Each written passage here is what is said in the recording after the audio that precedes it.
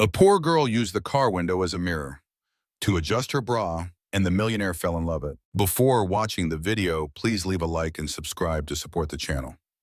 Evelyn Carter ran through the bustling streets of downtown Manhattan like a woman chased by fate itself. Her old sneakers slapped against the pavement, each step echoing the ticking clock in her mind. She clutched a crumpled resume to her chest, wrinkled and slightly smudged from her tight grip, as if letting it go would mean letting go of her last real chance. Her heart raced faster than her feet, lungs burning with every breath. She hadn't eaten breakfast. There wasn't time, and frankly, there wasn't much food left in the kitchen anyway. Rent was overdue, her phone bill was threatening disconnection, and her bank account balance was low enough to make her wonder if numbers could actually laugh at you. Still, she whispered to herself through gritted teeth, "This is it, Evelyn. This is the one. One job interview.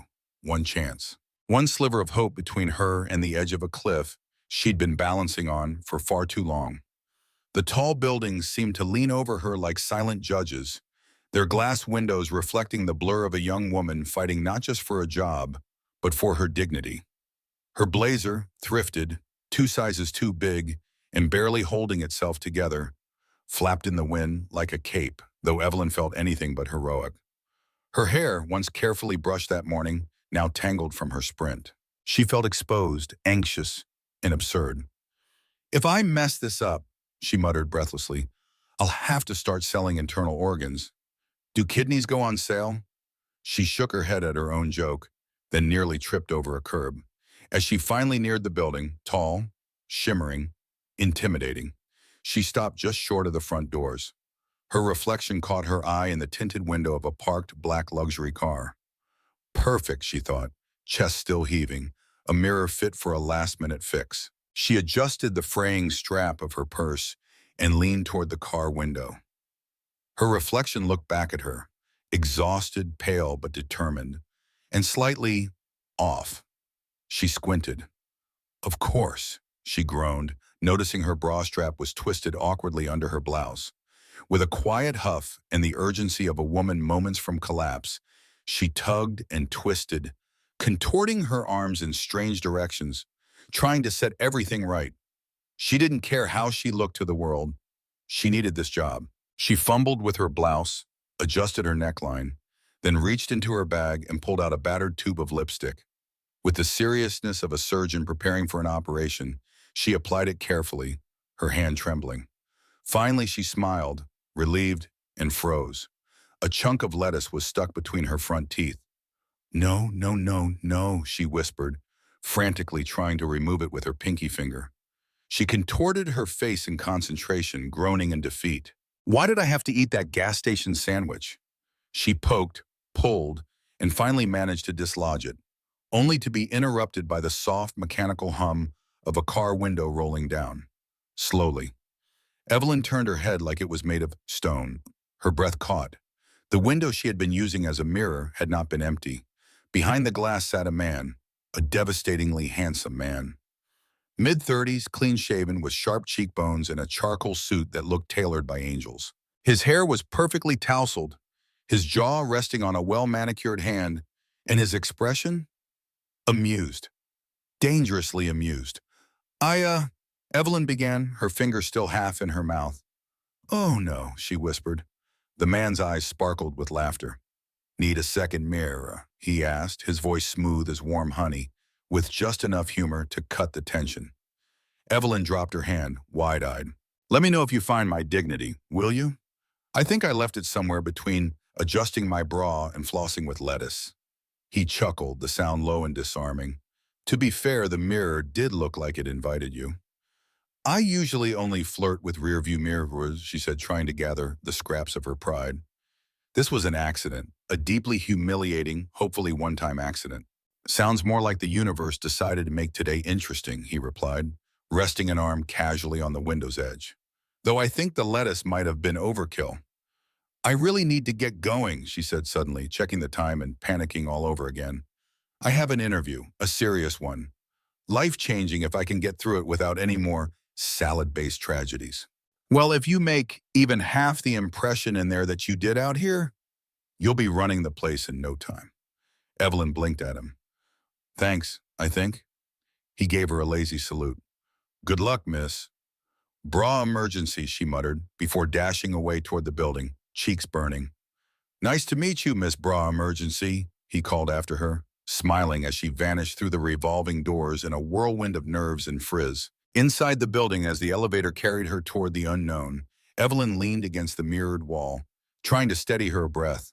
Her heart was thundering, her nerves frayed. And yet, part of her wanted to laugh. That did not just happen, she thought, but it had.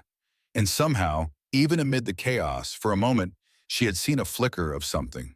Connection, curiosity, maybe even a spark. She didn't know his name. He didn't know hers. It was just a passing encounter. A ridiculous, humbling, unforgettable first impression. Or so she thought. What Evelyn didn't know was that the man in the car, the stranger with the tailored suit and movie star charm, was Nathaniel Rhodes, founder and CEO of Rhodes Innovations, the very company she was walking into for her interview. And he wasn't just amused. He was intrigued. The soft hum of the car window rolling down pierced the chaotic rhythm of Evelyn's thoughts, slicing through the noise of her panic like a whisper that grew louder by the second. She didn't want to look, but she couldn't help it. Her eyes, wide with horror, slowly turned toward the sound, as if drawn by some invisible string of fate. The world seemed to slow around her, the city's noise muffled under the weight of the moment. There, behind the now half-lowered window of the black luxury car, sat a man. Not just any man. A man who looked like he'd stepped off the cover of a GQ magazine and directly into her personal embarrassment saga. He was leaning slightly, one hand on the steering wheel, the other draped casually along the edge of the window, fingers relaxed, confident. His face, sharp jawline, storm gray eyes, and hair that was suspiciously perfect for 9:30 in the morning, held an expression that was both amused and unreadable. And then he smiled. Not cruelly, not mockingly, but in that quiet, knowing way that made her feel both incredibly seen and hopelessly exposed. Evelyn's entire body flushed, a heat rising from her chest to her ears that had nothing to do with the sprint she'd just finished. Her hand, still awkwardly hovering near her mouth from her lettuce removal attempt, trembled as she slowly pulled it away. This was not happening. This couldn't be happening. Her reflection had lied to her. The tinted window wasn't empty. It had been a stage. And her performance? A clumsy comedy starring a broke girl in wrinkled clothes and poor judgment, fumbling with her bra like she was defusing a bomb. She stammered, blinking rapidly, searching for a trap door in the sidewalk that might kindly swallow her whole. The man tilted his head, studying her like she was the most fascinating thing he had seen all week. Need a second mirror? He asked, voice like velvet with a touch of humor. Cool, calm, and slightly amused, the way someone might speak if they just watched a stranger unknowingly rehearse a stand-up routine on the side of their car. Evelyn swallowed, her throat dry as chalk. Only if it comes with an instruction manual on how to disappear. That earned a quiet chuckle from him, low and genuine. Her heart thumped uncomfortably. He wasn't laughing at her, not really. It wasn't cruelty in his gaze, it was curiosity. Interest even. And that made it worse somehow. She'd rather be mocked. Mockery she could shrug off. But attention, gentle attention from someone like him, that was dangerous. That made her knees want to give out and her soul want to relocate to a different zip code. The lettuce was a bold choice, he said, nodding toward her teeth. I was going for fresh and humiliated, she replied, still frozen in place. Apparently I nailed the look. His grin deepened. You know, most people just check their phones. You chose performance art. Evelyn exhaled sharply. Let me know if you find my dignity. I dropped it somewhere between the lip gloss and the existential crisis. Another soft laugh. You're quick, he said, and clearly unafraid of public spectacle. She pressed a hand to her face. That wasn't spectacle. That was survival. I have an interview. I was trying to look mildly put together. Well, he said, with an almost imperceptible lift of his brow, you've definitely made an impression. Great, she muttered. Maybe I can put that on my resume under public embarrassment expertise. He nodded solemnly, playing along. Highly specialized. Not many can pull off lettuce and lipstick with such conviction. Despite herself, she laughed, a real, breathy, helpless laugh that caught her by surprise. And for a moment, she forgot how terrible the morning had been. She forgot the rent, the cold toast she hadn't had time to finish, and the aching in her calves from running in worn-out shoes. For just a flicker of a time, she was suspended in the absurdity of the moment, and somehow it felt alive. Then reality slammed back into her like a bus. She glanced at her watch and gasped. "I'm late," she whispered, panic flooding her again. "Go," he said gently, gesturing toward the doors, "before they find someone less memorable." She nodded hastily, took 2 steps backward, then stopped. "And you, Mr. Fancy Car, thanks for not pretending you didn't see all that." He offered a small, amused salute. "You've got this, miss. Bra emergency." She shook her head with a groan and bolted toward the building, disappearing through the glass doors like a wind-blown leaf. Behind her, Nathaniel Rhodes, CEO, millionaire, and man of far too many secrets, watched her go with a curious expression. He had meetings, calls, a boardroom full of executives waiting upstairs. But at that moment, all he could think about was a girl with tangled hair and fire in her eyes who had turned the side of his car into a confessional booth of chaos and charm. He wasn't supposed to be there that morning. His driver had called in sick. He could have taken another car, could have entered through the back, but something pulled him to the front. Fate, boredom, maybe the desire to feel something outside of boardrooms and numbers. And then she appeared like a hurricane wrapped in desperation, lipstick, and unfiltered honesty. He hadn't smiled like that in weeks. Upstairs, Evelyn's lungs were burning as she stood before the elevator. Her brain, still scrambled from the encounter, tried desperately to reboot. "Pull it together, be serious. You need this job," she reminded herself. The elevator chimed, and as the doors closed behind her, she leaned her head against the mirrored wall and whispered, "He saw everything." Her cheeks flamed again, and she briefly considered crawling into the air vent and living there. When the doors opened again, she forced herself forward. She walked into the lobby of the top floor like someone pretending they weren't mid-meltdown. The receptionist smiled at her, a warm, practiced expression. "Miss Carter, you may go in. Mr. Rhodes will be with you shortly." Her mouth went dry. "Rhodes?" she repeated, her heart slamming against her ribs. "Yes," the receptionist said, nodding toward the glass conference room. "The CEO." Evelyn walked in on shaking legs and sat down carefully on the edge of a chair. She folded her hands in her lap, tried not to hyperventilate, and reminded herself that people survived worse things. Wars, earthquakes, public karaoke. She could survive a little awkwardness, right? Then the door opened, and in walked the man from the car. In walked Nathaniel Rhodes. His gaze met hers with a flicker of recognition and a faint, mischievous smile tugging at his lips. "Literally you," Evelyn blurted, standing so fast she nearly knocked over her chair. Nathaniel raised an eyebrow in mock surprise. "Were you expecting someone else?" Her mouth opened, closed. "You're the CEO. You're the woman with the lettuce." "This is a nightmare," she muttered. He walked to the head of the table, utterly composed, and sat down with the grace of someone used to power. "Well," he said, folding his hands, "welcome to your interview, Miss Carter. Whatever happens now, I promise it won't be weirder than what happened outside." She collapsed into the chair. "Is it too late to jump out the window?" He leaned back with a smile. "I'd close it before you try. You seem dangerous." That was the moment Evelyn Carter realized the universe had a sick sense of humor, and apparently a penchant for romantic comedies. But beneath the embarrassment, something in her heart shifted. She didn't know what this strange twist of fate meant, but it felt like a page had just turned in the story of her life. And somewhere, deep down, she knew she wasn't just here for a job. This was the beginning of something else entirely. Something unexpected. Something that would challenge everything she thought she knew about herself and about love.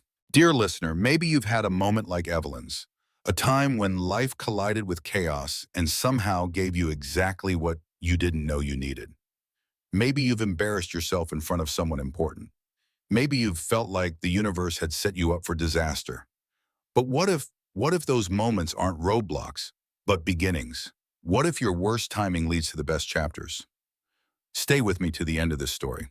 Because what started with a car window, a bra strap, and a very persistent piece of lettuce might just become the kind of love story you never forget. So keep listening. The best part is yet to come. The door creaked open with a subtle click, and Evelyn Carter, still breathless from her sprint, an emotional roller coaster downstairs, stepped into the conference room. Her heels echoed faintly on the polished floor as she walked in slowly, her heart hammering so loudly she swore it could be heard across the city. The room was sleek, glass-walled, and spotless. The kind of place where you were supposed to have your life together. She swallowed hard, her palms slick with nerves, and sat down stiffly at the edge of the expensive-looking leather chair, still trying to remember how to inhale properly. Her blazer itched at her collar, her shoes pinched at the toes, and the thought of how many people she had unknowingly flashed her lettuce smile to outside made her stomach twist. Just breathe, Evelyn. You made it this far. She barely had time to blink before the handle turned again. The door opened with the kind of slow, deliberate grace that only someone who had never been late to anything in his life could manage. And then, he walked in. Her mouth fell open. It was him. The man from the car. The man who had watched her adjust her bra, apply her lipstick, and dig at her teeth like a frantic raccoon. The man who had smiled like the whole world was a charming little joke, and she was the punchline. And now he was here, in an immaculate navy blue suit, carrying a leather tablet case in one hand, wearing that same amused, too handsome for real-life smile at the corner of his lips. He stepped forward with an air of calm authority and said, "Miss Carter?" Evelyn stood so fast her chair scraped backward with a screech. "You?" He raised an eyebrow, playing innocent. "Me," he replied smoothly. "Were you expecting someone else?" Her brain misfired. You're the CEO?" He nodded, walking to the head of the table as if this were just another Monday morning and not the most mortifying moment of her adult life. "Nathaniel Rhodes, CEO, unfortunately. And you are the brave woman who attempted open-heart surgery on a bra strap in public." Her face was redder than a fire truck in July. "Oh God, I want to disappear. Please tell me this is a dream." Nathaniel smiled, sitting with that same impossible calm. "Relax, Miss Carter. I don't bite. At least not during interviews." Evelyn groaned, dragging a hand over her face. "This is a nightmare." "It's just a job interview," he said lightly, flipping open her resume. "And I already know more about your character than I usually get from 10 applicants combined." She froze. "You're not joking?" He looked up, meeting her eyes with a surprising gentleness. "You showed up. You were late, flustered, and yes, using my car as a mirror. Which was a first, by the way. But you still walked into this room. You didn't turn around. You didn't run. That alone says something." Evelyn tried to laugh, but it came out shaky. "Well, if you're impressed by barely functioning panic, I've got loads of it." He leaned back slightly, scanning the paper again. "Degree in business administration, minor in marketing. Financial assistant experience, and no mention of impromptu sidewalk performances. That's disappointing." "I'm still updating that section," she quipped, a weak smile forming. Nathaniel gave a small laugh, and for the first time Evelyn felt a shift. Something subtle but real. He wasn't mocking her. He was listening. "Tell me something, Evelyn," he said, setting the resume aside. "Why do you want to work here?" She could have given the textbook answer. She'd rehearsed it a dozen times. But in that moment, standing in front of the man who had just witnessed the most humbling moment of her year, she didn't have it in her, so instead she told the truth. "Because I'm tired," she said, her voice trembling. "I'm tired of knocking on doors that never open. I'm tired of being told I'm almost enough. I didn't go to an Ivy League school, and I don't have a last name that makes people raise their eyebrows. But I work hard, I learn fast. I don't quit, even when everything around me screams that I should. I need this job, Mr. Rhodes, not just for the paycheck, but for the chance, because no one's ever really given me one." Silence. Nathaniel didn't move for a few seconds. Then slowly he leaned forward. "That," he said, his tone quieter now, "was the most honest answer I've ever heard." Evelyn blinked, unsure if he was about to laugh or call security. "I admire that," he continued. "Most people walk in here with masks. You brought your whole storm." She smiled faintly. "Storms make things grow, don't they?" He chuckled. "And destroy expensive landscaping." "Yes." There was another beat of silence. the kind that felt less awkward and more suspended, like something was quietly rearranging in the room. Nathaniel stood, walked around the table, and extended his hand. "You're hired." Evelyn stared at it like it was a hologram. "Wait, what?" "You're hired," he repeated. "Pending HR paperwork and confirmation that you're not secretly an international jewel thief." She grasped his hand, unsure if she was floating or falling. "You're serious?" "I am," he said, "but you might want to leave the lettuce out next time." A small laugh escaped her lips, this time full and real. "Thank you," she whispered. Nathaniel nodded. "Just promise me one thing." "What?" "Next time you need a mirror, Diane," he said with a wink, "try a building window." She left the room with shaky legs and a heart that felt both bruised and blooming. She had come here today expecting rejection, humiliation, and maybe a cruel reminder that life wasn't fair. But instead, she'd found something else. Someone who saw her. Someone who didn't just look past her imperfections, but maybe, just maybe, appreciated them. Later that night, Evelyn returned to her tiny apartment above a noisy laundromat with a smile tugging at the edges of her tired mouth. She dropped her bag onto the sagging couch and collapsed beside it, letting the hum of machines below lull her into something resembling peace. Her phone buzzed with a new email. It was from the company's HR department. Start date confirmed, training schedule attached. She'd done it. She got the job. She hadn't even had money for a proper breakfast. She'd adjusted her bra in front of a stranger. She'd made a fool of herself and still she'd done. She had been seen. Not just for her mistakes. Not for her awkwardness or poverty or patched up clothes. She had been seen for her honesty, her tenacity, her fire. Tears slipped quietly down her cheeks as she pressed a hand to her chest. Not from sadness, but from relief, a kind she hadn't known in years. Her phone buzzed again. A message this time. Nathaniel Rhodes. "Congratulations, Miss Carter. I look forward to working with you. P.S. Still the most memorable interview I've ever had. P.P.S. The lettuce has officially been forgiven." She laughed so hard she startled her upstairs neighbor's cat, who hissed through the vent. In the quiet that followed, Evelyn whispered to the ceiling, "Maybe I can do this. Maybe finally, things are about to change." Evelyn Carter stepped into the gleaming, glass-paneled lobby of Rhodes Innovations with the kind of fragile hope that felt like it could be crushed by a passing breeze. Her brand-new employee badge swung nervously from her neck, the ink on her name still shiny, her fingers trembling as they clutched the strap of a purse that had seen better days. The sharp scent of citrus cleaner filled the air as her scuffed shoes echoed across the polished tile floor. Around her, employees in tailored suits and crisp dresses moved with fluid confidence, as though they had always belonged here. Evelyn, on the other hand, felt like she was walking through a dream she didn't deserve to have. She had made it through the interview, through the most humiliating morning of her adult life, and had somehow walked out with a job offer. But now came the harder part, proving she belonged. The receptionist smiled as she walked in. "Welcome to your first day, Miss Carter," she said brightly. Evelyn smiled back shakily. "Thanks, I'm emotionally stable and definitely not panicking." The receptionist laughed. "You'll do just fine." Evelyn was guided through hallways that gleamed with professionalism. Glass-walled conference rooms revealed meetings in progress, people pointing at pie charts and nodding with serious expressions.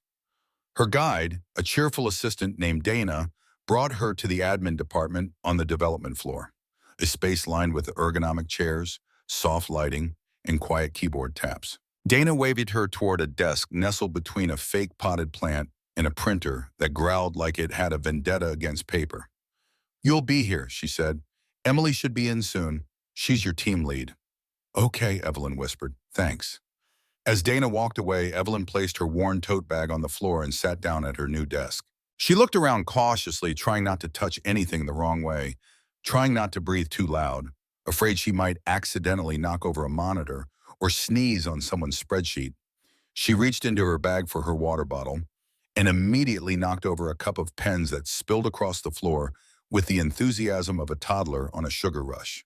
She scrambled to pick them up, her knees hitting the floor hard as she whispered, "Off to a great start, Carter." Before she could recover, a voice called out from behind her, "Miss Carter?" She turned. A tall woman with a messy bun and kind eyes stood holding a cup of tea and a knowing smile. "I'm Emily. Welcome to the jungle." Evelyn rose to her feet, cheeks flushed. "Hi, sorry, I was just... Gravity is aggressive today." Emily laughed. "Don't worry, it's always like that on your first day." Mine involved tripping on a rolling chair and flashing half the department. Evelyn blinked. "Well, I adjusted my bra in front of a car window and the CEO saw me." "So?" Emily's eyes widened, then sparkled. "You're her." "Excuse me?" "You're the car window girl." "Oh no," Evelyn whispered. "Oh yes," Emily grinned. "Someone on the third floor saw it all reflected in the building's glass panels." Word spread. By lunch, you were a legend. A legend? A full-on folktale. Evelyn dropped into her chair with a groan. "I didn't even survive my first hour." "You're doing great," Emily said, patting her shoulder. "You've already got a nickname." Evelyn froze. "What nickname?" Emily reached into her drawer, pulled out a sticky note, and slapped it onto Evelyn's monitor. "Miss Lettuce, complete with a doodle of a bra."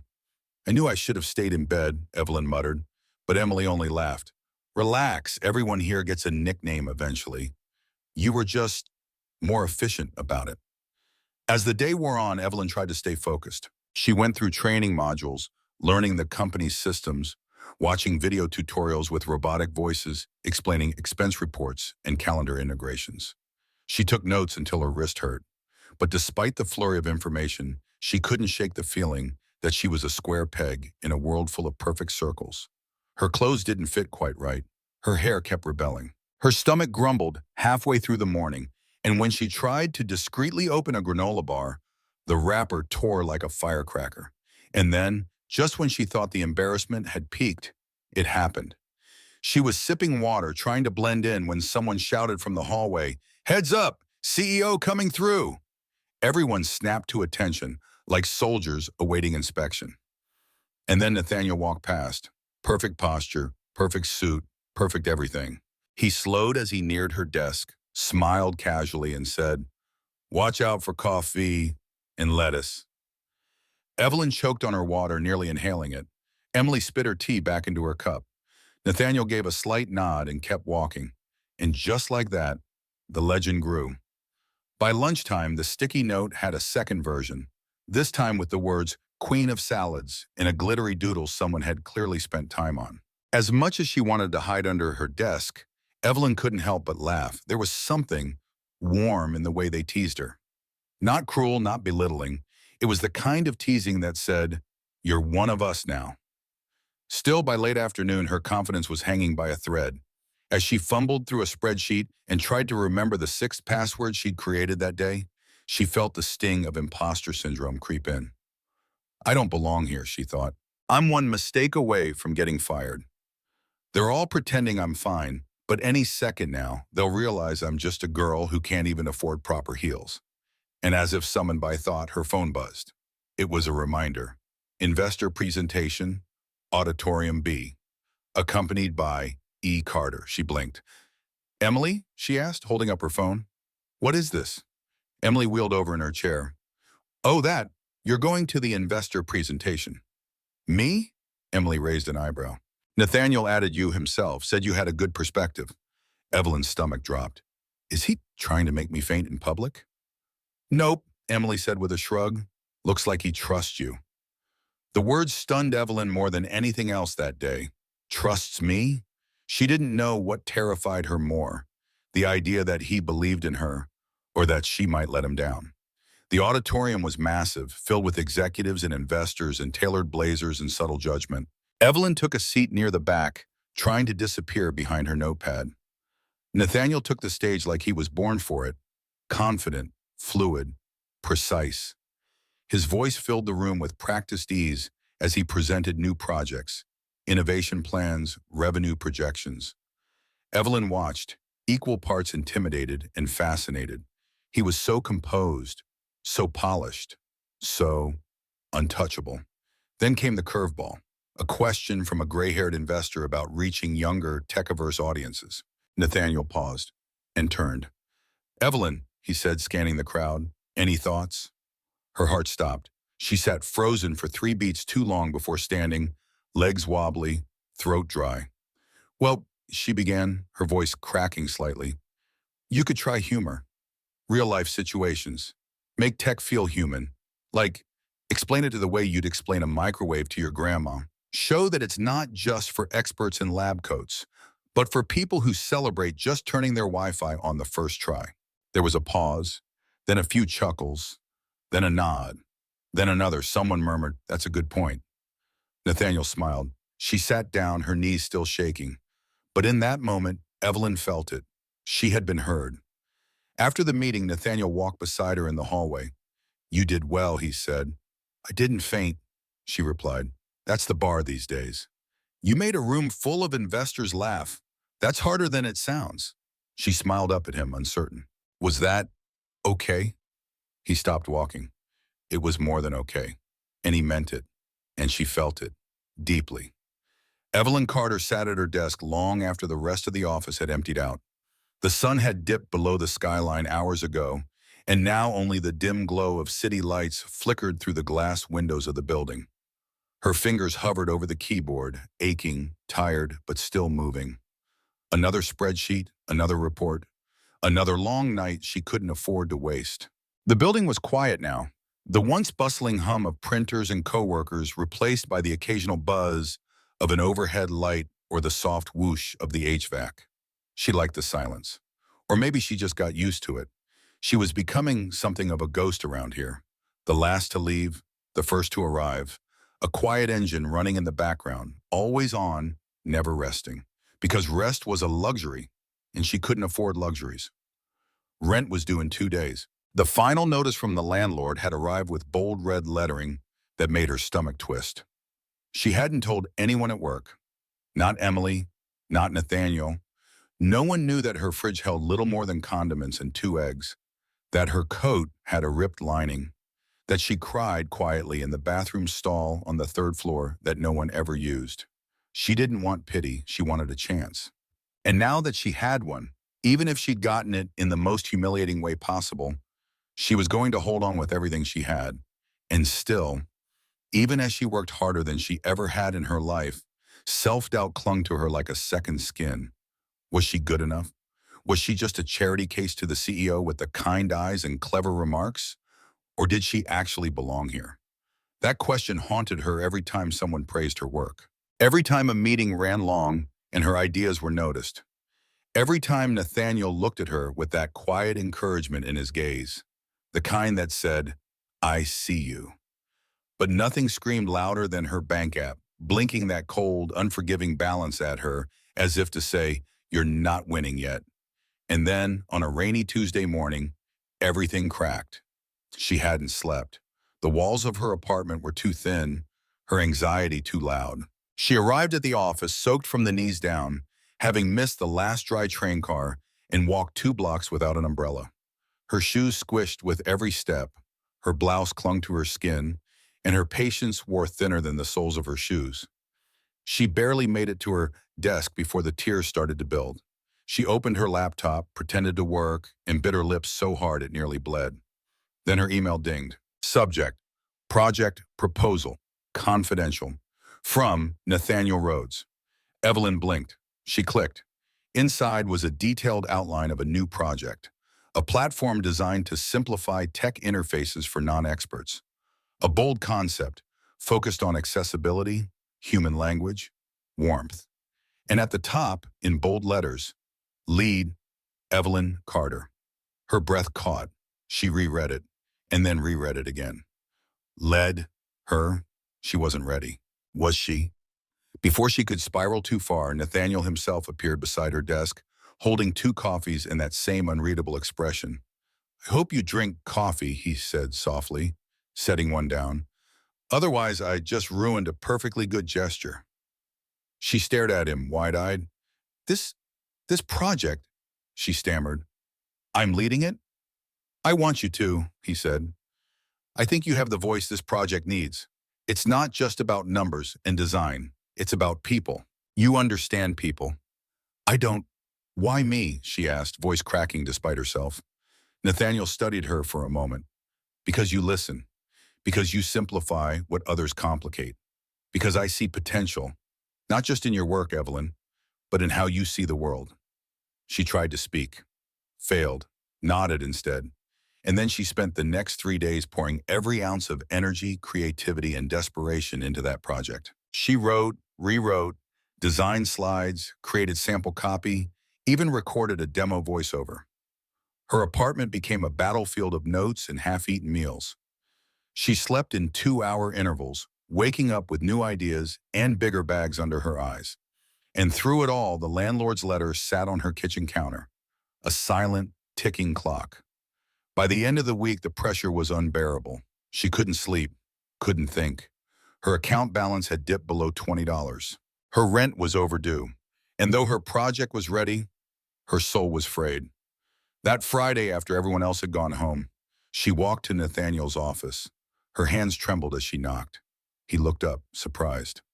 "Evelyn, everything okay?" She stepped in, closed the door behind her. "I finished the draft." He smiled. "That's great, but that's not why I'm here." Nathaniel's smile faded. She sat down across from him and stared at her hands. "I didn't want to tell you. I didn't want anyone here to know, but I'm about to be evicted." Silence. "I don't have family. I don't have a backup plan. This job was supposed to save me, and I'm working harder than I ever have, but I'm drowning. I'm so close, but I can't breathe, and I don't know what to do anymore." Nathaniel didn't move for a moment. Then he stood, walked to a cabinet, and pulled out a small blue folder. He set it in front of her. "The company has a support program," he said quietly. "For situations like this, it's temporary, confidential. It's not charity. It's a lifeline for people who are giving everything they've got." Evelyn stared at it. "I can't take that," she whispered. "Why not?" "Because it feels like failure." Nathaniel's voice softened. "Evelyn, accepting help isn't failure. It's choosing to survive another day. And some days that's the bravest thing you can do." Tears welled in her eyes. She took the folder. And in doing so, she took her first real breath in weeks. By the following Monday, Evelyn returned to the office with a fire in her chest, rent paid, lights still on, stomach full, and a project that had begun to feel like a second heartbeat. She poured herself into the work. She collaborated with the design team, fine-tuned the branding, rewrote lines to sound more human. She sat in on executive meetings, and more than once, Nathaniel asked her to speak. At first, she stumbled. Her voice shook. But with every word, every nod from a colleague, every post-it note of encouragement Emily left on her monitor, she stood a little taller. Her ideas weren't just being heard. They were being used. She was being trusted. And though whispers still followed her, "That's the girl from the car window? The lettuce girl." She began to own them, even laugh at them. Because now she was also the voice of the campaign, the fresh perspective, the rising star. And slowly, the fear in her bones began to shift into something else. Belonging. Have you ever tried so hard and still felt like you were sinking? Have you ever pushed past your breaking point, only to wonder if anyone even noticed? Evelyn did, but she kept going. And because of that, someone saw her. Someone believed in her. Someone reminded her that even in your lowest moment, you can rise. So if Evelyn's story has touched your heart today, leave her a comment below. Tell her she's not alone, that you see her, that you believe in her too. If you've ever felt like you were drowning but chose to keep swimming anyway, tap the like button to show Evelyn and everyone else like her that grit, heart, and honesty still matter. This isn't the end of her journey, not even close. So stay with me, because what comes next just might change everything. The elevator stopped with a soft jolt, and Evelyn Carter's heart did the same. 1 second, they were gliding upward in comfortable silence. Just her and Nathaniel Rhodes, standing a respectable few feet apart, both returning from a long day at the tech convention in Chicago. The next, the lights flickered, the hum stopped, and the sudden hush wrapped around them like a weighted blanket. For a heartbeat, neither of them moved. Then, in a quiet, calm voice that betrayed no panic whatsoever, Nathaniel said, "Well, this is new." Evelyn pressed her palm against the cool wall, feeling the pulse of her anxiety rising. Please tell me this is one of those elevators that starts working again after 5 seconds of suspense. As if to respond, the lights flickered again. Then silence. The emergency light buzzed on with a yellowish glow. Of course. Of course this was happening. Okay, Evelyn said, trying to sound casual and failing spectacularly. This is fine. I'm fine. I've always wanted to be trapped in a small box with my boss. Nathaniel chuckled, stepping toward the control panel and pressing the emergency call button. Don't worry, they'll sort it out. It's probably just a glitch. A glitch, she muttered. Right, like my life isn't made entirely of those. He turned back to her, his expression soft, a small smile tugging at his lips. You really hate sitting still, don't you? It's not the still part, she replied, arms crossed over her chest. It's the stuck part. I don't do well with stuck. Nathaniel leaned against the mirrored wall, hands in his pockets. You know, for someone who keeps claiming they're terrified of being noticed, you sure know how to create unforgettable moments. Evelyn narrowed her eyes. That sounds dangerously close to another lettuce joke. No lettuce this time, I promise. They stood in silence for a moment, the hum of the emergency light casting a surreal glow over everything. In the stillness, Evelyn became suddenly aware of how close they were now. Not just physically, but in all the other ways she hadn't dared to admit to herself, the casual glances, the moments they shared over late-night edits and botched coffee machine experiments, the jokes whispered in crowded meeting rooms. It had crept up quietly, like ivy, twisting its way into the spaces between them, blooming without either of them fully noticing. But in this suspended moment, with nowhere to run, it felt undeniable. I should probably be panicking, Evelyn said, breaking the silence with a half laugh. You're doing well. I'm pretending I'm on a game show where the first to panic loses. And what do you win? She looked at him, her mouth curving into a crooked smile. A therapy session in a fruit basket. Nathaniel laughed again, softer this time. You know what I like about you, Evelyn? She raised an eyebrow. That I keep embarrassing myself around you, and you now have endless material. No. He looked at her for a moment longer than necessary. That you don't pretend to be someone else. You walk into rooms like a hurricane and somehow everyone listens. You change the atmosphere without trying. Evelyn blinked, her breath caught somewhere between her throat and her chest. I'm not sure if that's a compliment or a warning. It's both, he said gently. And then, before either of them could speak again, the elevator lights dimmed once more, and in the silence that followed, something shifted. Neither of them spoke, neither of them moved, but the air between them pulsed. It wasn't loud, it wasn't dramatic, it was something else, something quiet, fragile, real. Evelyn looked up at him, and for once didn't hide the way her heart stammered in his presence. Nathaniel stepped closer just an inch, not enough to invade, but enough to acknowledge that there was no longer distance in the ways that mattered. Her voice was barely above a whisper. You ever get the feeling you're about to do something you can't undo? He nodded slowly. All the time. And just as he reached up, not even touching her, just a motion, a breath, a question unspoken, the elevator jolted to life. The lights came back on, the hum resumed, and the moment vanished like morning mist. They both stepped back instinctively. The doors opened to an empty hallway.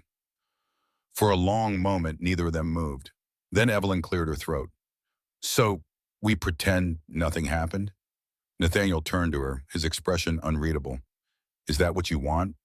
I don't know, she admitted. I'm still trying to figure out if I dreamed all of that. He gave her a small smile. Let's take it one floor at a time.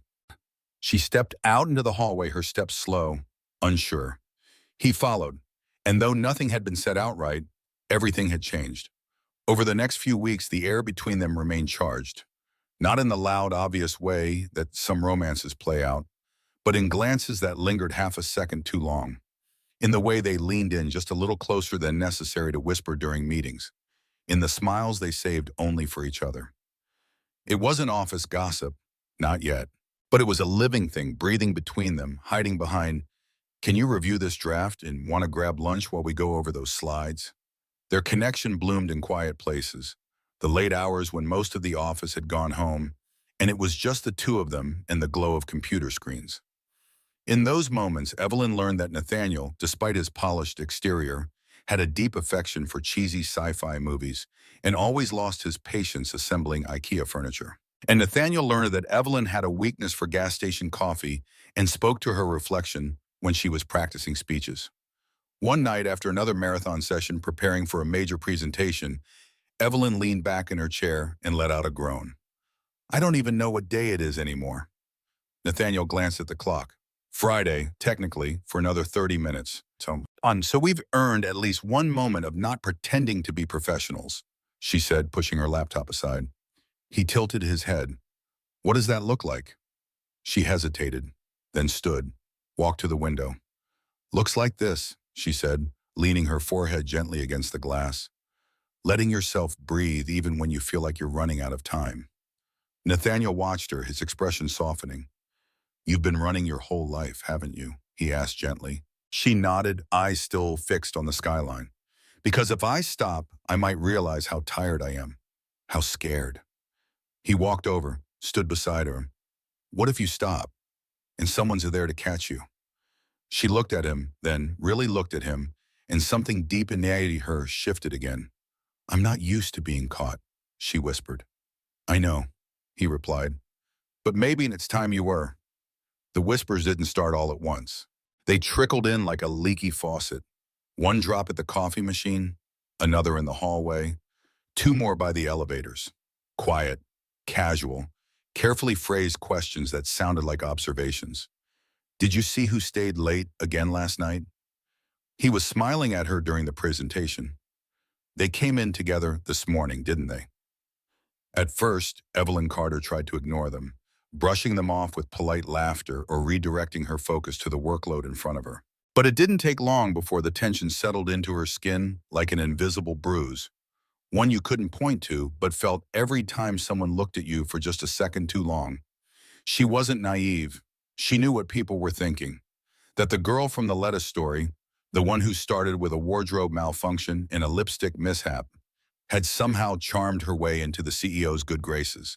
That she was getting meetings she didn't deserve. That maybe, just maybe, she was more than a project lead. And that terrified her, not because it was true, but because a part of her feared they'd never believe it wasn't. It started changing how she walked through the office, her spine a little straighter, her smile a little tighter. She found herself second-guessing the way she phrased emails, the tone of her voice in meetings, the amount of time she spent near Nathaniel. She stopped bringing coffee to their shared check-ins. She stopped accepting his lingering glances. And worst of all, she started pulling away from the one place she had finally felt seen. Because the truth was, Evelyn had spent most of her life working twice as hard to be seen as half as capable. Growing up in a world that valued polish over purpose, she'd learned early how easy it was for people to dismiss someone who came from nothing.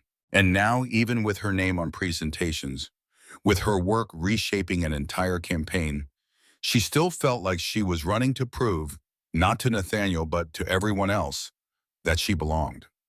One afternoon, after another day of dodging stares and pretending the rumor mill hadn't swallowed her whole, she sat with Emily in the break room. "You okay?" Emily asked, chewing on a granola bar and eyeing her cautiously. "I'm fine," Evelyn lied, then paused. "Actually, no, I'm tired." "Of work?" "Is this?" She waved a hand in the air. "The way everyone looks at me now. Like I'm not a real employee anymore. Like I'm just someone's story." Emily set the bar down. "They don't know you, Evelyn. That's why they talk." "But what if that's all they ever see? What if no matter what I do, I'm always just the girl he likes?" Emily sighed.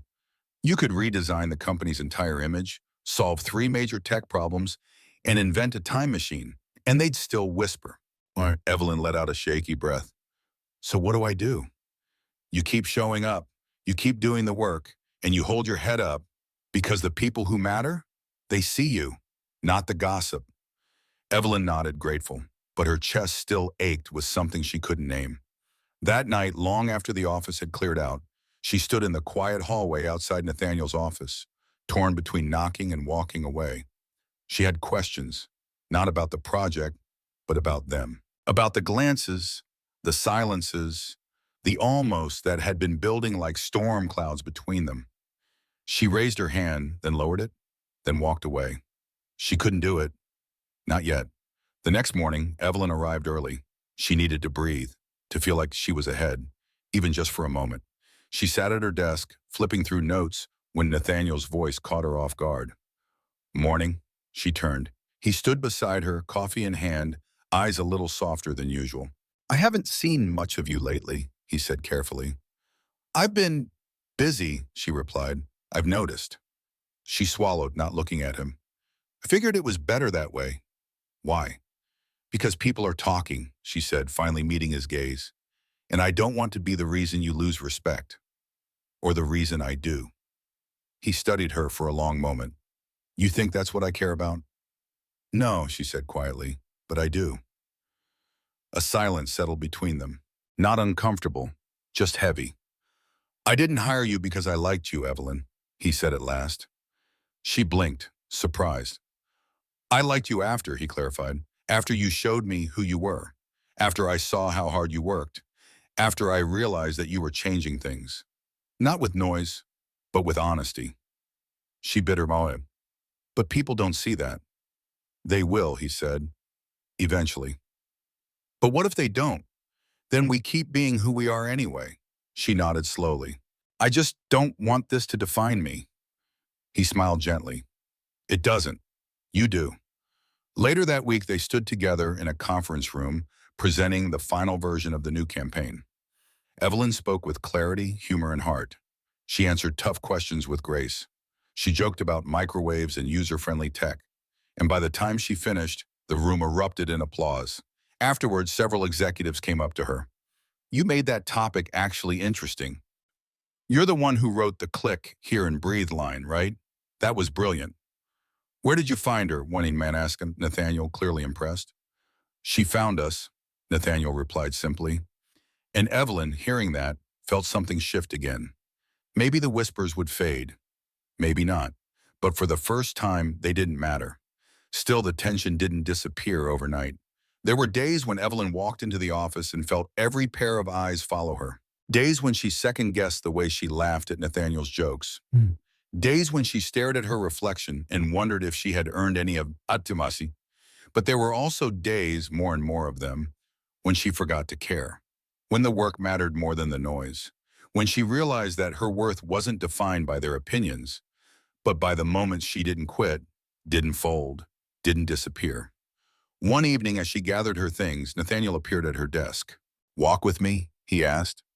She nodded, surprised. They stepped into the elevator. This time, it didn't get stuck. When they reached the ground floor, he turned to her. I've been thinking, he said. Dangerous habit, she replied. He smiled. About us. Her heart stumbled. And? I don't want to pretend anymore. That nothing's happening. That there's not something here. She looked at him, vulnerable. But what does that mean? In this world, in this office, what can it mean? He didn't answer right away. Then he said, maybe it means we stop waiting for the world to be ready. Maybe it means we build something in spite of it. She exhaled, unsure whether to laugh or cry. I'm scared, she admitted. So am I. But I think I'd rather be scared together.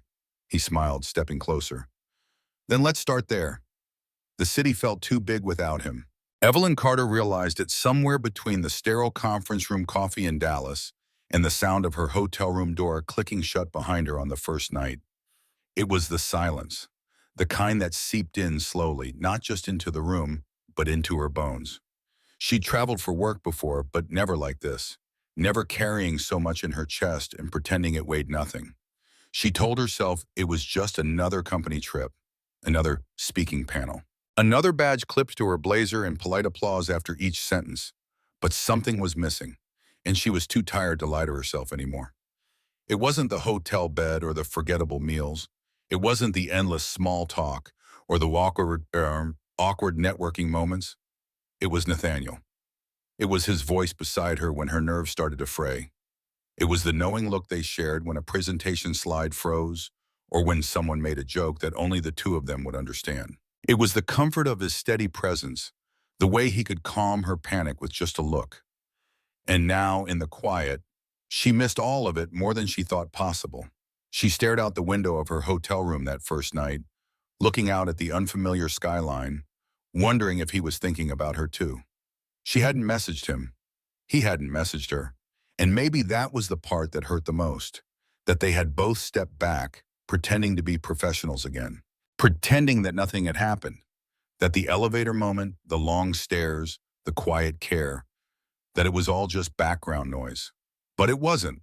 And the more space she had, the more she knew it. Every time someone at the conference complimented her presentation, she thought Nathaniel would have smiled at that. Every time she saw a glitchy slide, she thought he'd have some sarcastic comment that would make me laugh through my panic. Every time she opened her inbox and it was empty from him, her heart ached just a little bit more. On the third night, she FaceTimed Emily, her voice low, the hotel lamp casting shadows across her tired face. "You miss him," Emily said bluntly, sipping tea from a mug with a cat on it. Evelyn didn't even pretend. "I do, and I hate that I do." "Why?" "Because I don't know what it means. I don't know if I'm reading into things that weren't really there. Maybe it was just convenience. Familiarity, flirting in the in-between." Emily leaned closer to the camera. "Do you really believe that?" Evelyn went quiet. "No," she whispered. "No, I don't." "You think he feels it too?" Evelyn's eyes brimmed with something fragile. "I hope he does." Back in New York, Nathaniel was quieter than usual. His office door stayed shut longer. He took meetings with shorter sentences. And when people asked if everything was fine, he nodded, smiled politely, and moved on. But something was off. Emily noticed it. The executive team noticed it. Even the interns, who had never seen the CEO crack a joke in the cafeteria in weeks, noticed it. Because Nathaniel Rhodes was good at many things. But he wasn't good at pretending she didn't matter. When Evelyn left, she took something with her, and he wasn't sure how to get it back. One evening, after a long board meeting, he sat in his office staring at a half-written email. "Hope the conference is going well. Proud of you. Miss," he backspaced, rewrote it, deleted the whole thing. Instead, he picked up the small, silly, mirror-shaped keychain Evelyn had left on his desk weeks ago, engraved with the words, "Warning may contain lettuce in feelings." He smiled, then sighed, and whispered to the quiet, "Come home soon." When Evelyn returned the following Monday, the office greeted her like she'd been gone for months. Emily hugged her too tightly. Coworkers dropped by her desk with welcome backs and sarcastic questions like, "Did you solve world peace while you were away?" But all Evelyn could think about was the envelope on her desk, a simple note with her name in Nathaniel's handwriting. "You were missed." N. She read it 3 times, pressed it to her chest, then tucked it away in her bag like it was too sacred to leave out. For the rest of the day, she tried to focus. But her heart was racing, her eyes drifting toward his door more times than she cared to count. When she finally built up the courage to walk in, she found him alone, reading through contracts, his suit jacket off and sleeves rolled to his elbows.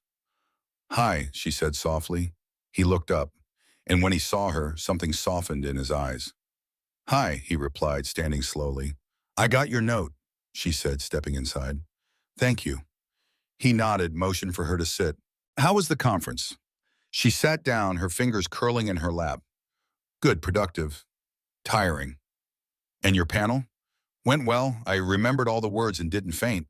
He smiled at that. She hesitated, then added, "But it didn't feel the same." Nathaniel's gaze steadied. "Why not?" "Because you weren't there," she said quietly, "and because I kept thinking about all the things I wish I could have told you. But I didn't. Because I didn't know where we stood or what I meant. Or if it was just in my head." He didn't answer right away. Then he closed the file in front of him, folded his hands, and looked her straight in the eyes. "It wasn't in your head." Her breath caught. He continued, "I haven't stopped thinking about you, Evelyn. Not since that first day. Not since the moment you stood in front of my farm, fearless and human and completely yourself. And every day since then, I've found a new reason to admire you, not just for your work, but for your heart, for how you carry the weight of the world and still smile at strangers, for how you show up even when you're breaking." Evelyn's eyes filled. "I thought maybe it was easier to pretend, to go back to just working." "Easier?" he echoed. "Maybe, but not better." She looked down at her hands. I'm scared. So am I. I don't want to mess this up. I don't want to lose the job, or the respect, or me, he finished gently. She nodded, barely holding it together. Yeah. He rose slowly, walked around the desk, and sat in the chair beside her. You won't, he said simply, because whatever this is, we'll take it one step at a time. No pressure, no pretending, just real. Evelyn smiled through her tears. Is that an official policy? CEO approved. She let out a laugh, half broken, half relieved, and rested her hand on the armrest between them. His fingers found hers, and for a moment, everything was still. Not stuck, not silent, but safe. Falling in love with Nathaniel Rhodes didn't happen all at once. There was no dramatic kiss in the rain, no sweeping orchestral moment where time stopped and the world turned to poetry. Instead, it happened slowly, in the quiet places between chaos and deadlines, in the subtle shifts of everyday life. For Evelyn Carter, it began on a Tuesday morning when she found a sticky note on her monitor written in Nathaniel's clean, steady handwriting. Meeting at 10, bring coffee. And that smile you pretend isn't charming. She'd rolled her eyes, laughed, and tucked it into her notebook like a secret. Later that day, she caught him glancing at her during a meeting, and for the first time, she didn't look away. That was how it started, not with declarations, but with tiny signs that something real was growing. There was a quiet ease between them, like an unspoken promise not to rush. After all, they had built their connection one moment at a time. One elevator ride, one late-night draft review, one bad coffee, one lingering glance in a room full of people. They had learned each other's habits, each other's rhythms, and now, finally, they were allowing something more to bloom in the spaces they used to pretend were just work. They didn't tell the office, not at first, not because it was a secret, but because it was still fragile. Like a bird that had just learned to fly, their relationship felt light and trembling, not yet ready for the weight of everyone else's opinions. So they kept it quiet, but not hidden. Nathaniel would pass her in the hallway and let his hand brush hers, just barely. She'd place an extra coffee on his desk without a word, and when they locked eyes in a meeting, their smiles told more than words ever could. Outside of work, their world was simple. They didn't go to five-star restaurants or post curated photos on social media.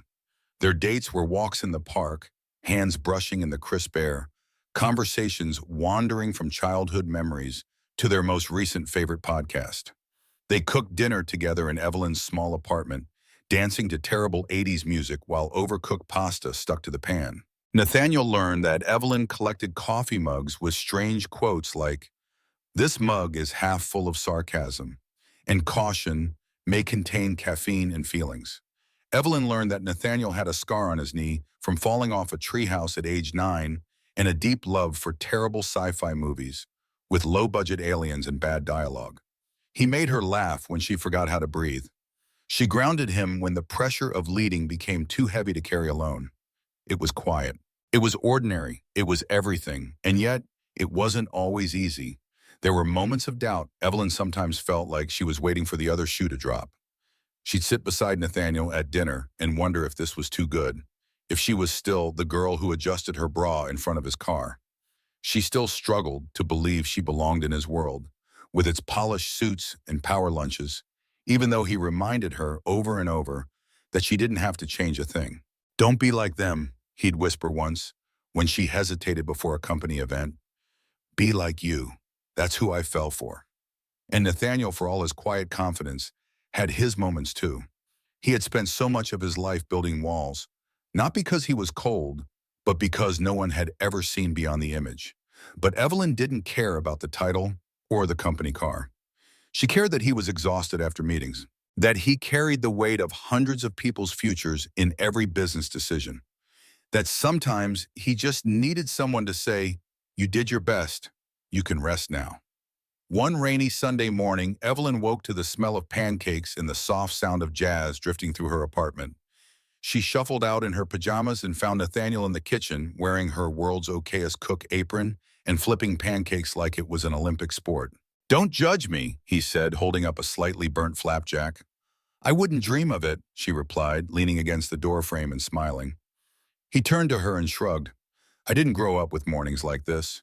No one made breakfast unless it was catered. She walked over, took the spatula from him gently. Then we'll start now. That morning they ate imperfect pancakes while sitting on the floor, legs tangled, laughter echoing off the walls. There were no company reports, no meetings, just syrup, soft music, and something that felt very much like home. Their love was built on that kind of simplicity. Small gestures that meant everything. The handwritten notes, the shared playlists, the way he never corrected her when she talked to herself while editing a document. He just listened. The way she'd rest her head on his shoulder during subway rides, knowing he'd keep her upright no matter how tired she was. As the months passed, the rhythm between them grew steady. They moved through life like partners. Not in some fairy tale way, but in the real, messy, beautiful way that comes from showing up every single day. They learned how to fight and respectfully. They learned when to speak and when to listen. They learned that love wasn't just saying I'm here, but proving it over and over again in 100 quiet ways. One night, they stood on Evelyn's balcony, wrapped in a blanket, watching the city lights flicker like fireflies. She rested her head against his chest and whispered, "Do you ever think about how we started?" "All the time," he said softly. "A car window, a bra strap, a piece of lettuce." She laughed, pulling the blanket tighter. "And now here we are." He looked down at her, eyes warm. "Yeah, here we are." And for a while they said nothing, because they didn't need to. They had built something strong. Not because it was perfect, but because it was real. The lake was quiet, not silent, not lifeless, but peacefully quiet, like the world had finally decided to exhale. Sunlight spilled over the still water like gold silk, dancing on each ripple as if nature herself were applauding. The trees stood tall around the lake, their leaves rustling softly in the late afternoon breeze. And somewhere nearby, a bird sang a tune that sounded like joy. Evelyn Carter sat near the front of the small rowboat, her hands resting on her knees, her feet tucked beneath her. Across from her, rowing slowly and without urgency, was Nathaniel Rhodes. Calm, focused, but clearly holding something back in his smile. They had taken a weekend away from the city, no meetings, no screens, no headlines. Just a quiet cabin by the lake, one bag each, and the mutual understanding that they needed this, not to escape their lives, but to remember why they built them together in the first place. Evelyn stared at the water, completely unaware that her life was about to change again. "You've gone quiet," Nathaniel said gently, dipping the oar in again. "I'm trying to memorize this moment," she replied, her voice soft and almost childlike. "It feels like the kind of moment you'd want to come back to when the world gets loud again." He smiled. "Then let's stay in it a little longer." She looked at him then, really looked. And in his eyes, she saw something she hadn't seen before. Not nerves, not hesitation, but a steady certainty, like someone who'd already made the most important decision of his life and was only waiting for the right breath to say it out loud. He stopped rowing. Let the boat drift in the middle of the water, the lake now like glass, the sky blushing with the first touches of sunset. And then slowly, almost like he feared breaking the spell, Nathaniel reached into the inside pocket of his coat and pulled out a small, velvet blue box. Evelyn's breath caught. "I didn't want a big moment," he began, his voice barely louder than the breeze.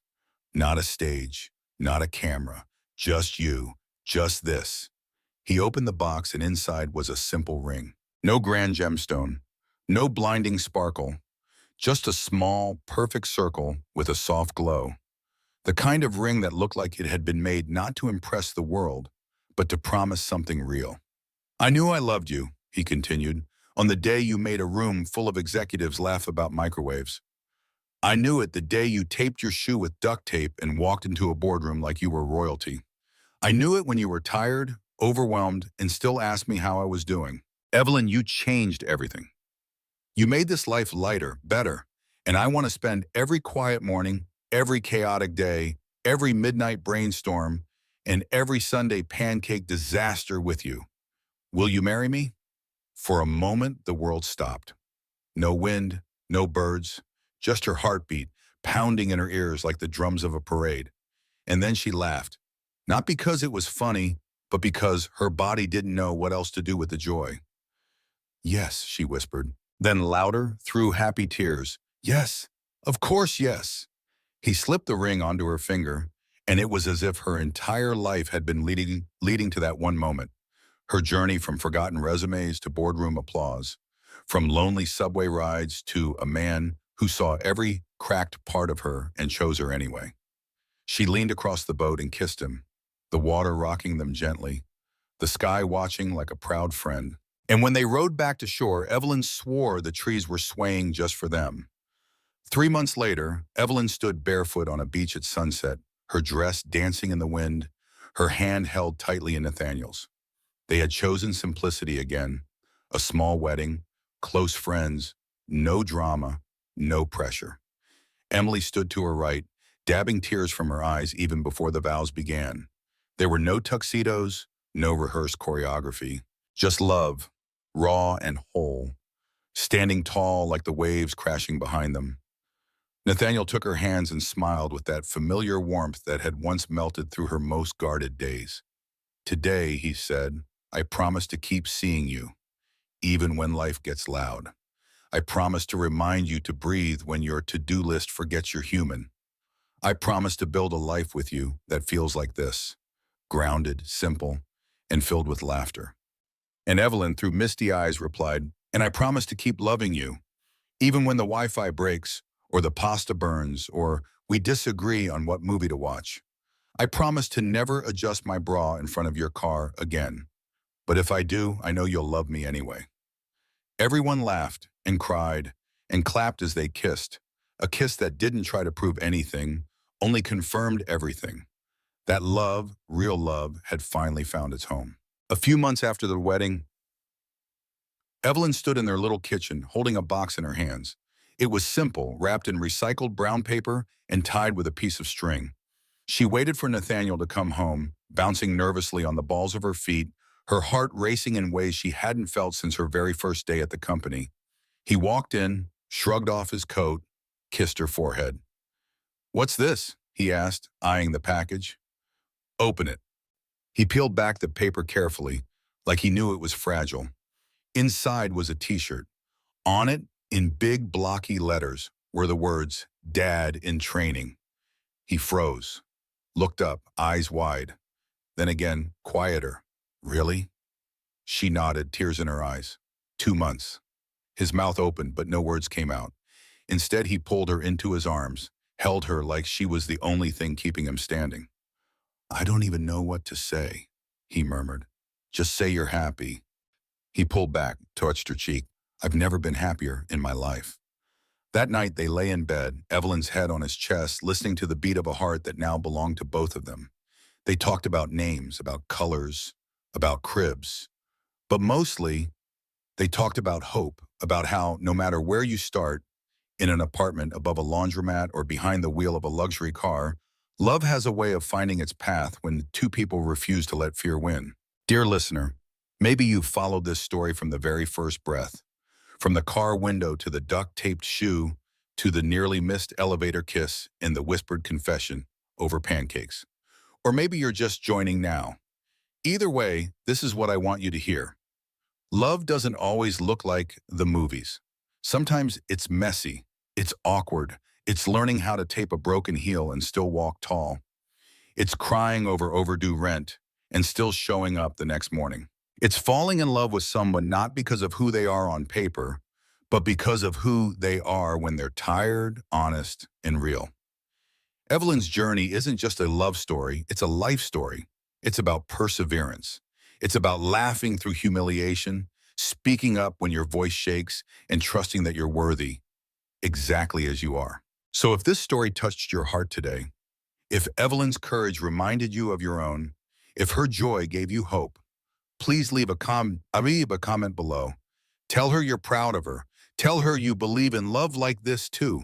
If you smiled during the proposal, if you teared us at the t-shirt reveal, if you whispered yes when she said it on that lake, tap that like button. Your support makes all the difference. And if you want more stories like this, ones that make you feel, remember, and believe again, subscribe to the channel and turn on notifications. Because here we tell stories that remind us that love is possible, that ordinary people are extraordinary, and that sometimes the smallest beginnings lead to the biggest, most beautiful chapters. Until next time, stay kind, stay hopeful, and keep believing in your own story. We'll be right here, waiting to share it with you.